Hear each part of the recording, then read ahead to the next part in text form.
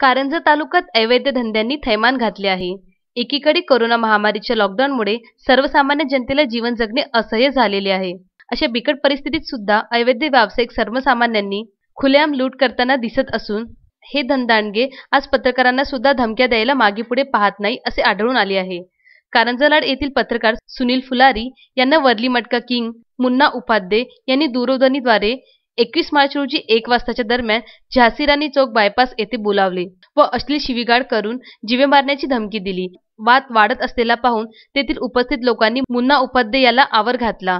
या घटनेची तक्रार देण्याकरिता पत्रकार सुनील फुलारी हे कारंजा पोलीस स्टेशनला गेले असता तेथे कर्तव्यावर हजर असलेले पोलीस उपनिरीक्षक राठोड यांनी तक्रार घेण्यास टाळाटाळ केली।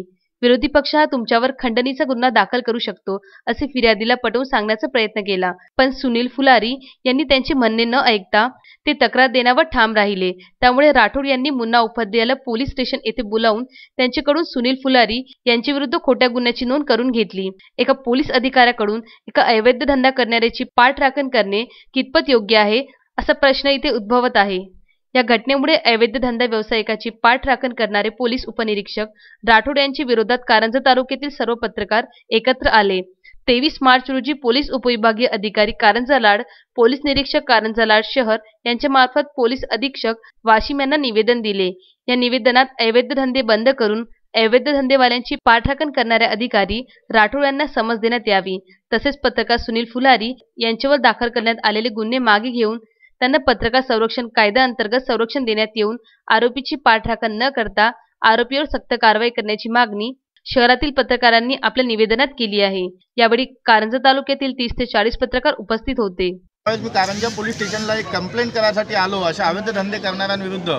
तर या ठिकाणी जे PSI राठोड म्हणून ज्यावेळेस ड्युटीवर होते त्या PSI राठोडनी मला 2 वाजता माझी तक्रार घेतली व 6 वाजेपर्यंत माझी तक्रार रेंगाळत ठेवली आणि 6 वाजता मला या ठिकाणी बोलावलं।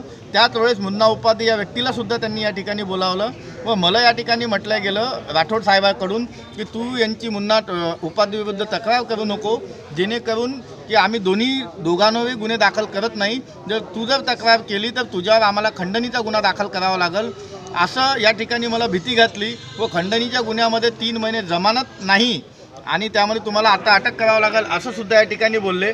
जर पत्रकारावर जर आपला जे चौथा आधारस्तंभ ज्याला आपण म्हणतो त्यावर जर पोलीस स्टेशनमध्ये जर असा अत्याचार होत असेल तर सर्वसामान्याची या ठिकाणी काय गय होत असेल हे या ठिकाणी आज आम्हाला दिसून आलेलं आहे।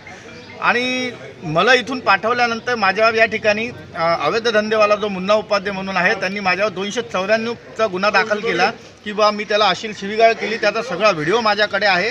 अशी कुठलीही गोष्ट त्या ठिकाणी घडली नाही, परंतु हा खोटा गुन्हा माझ्यावर या कारंजा शहर पोलीस स्टेशनमध्ये दाखल झाला।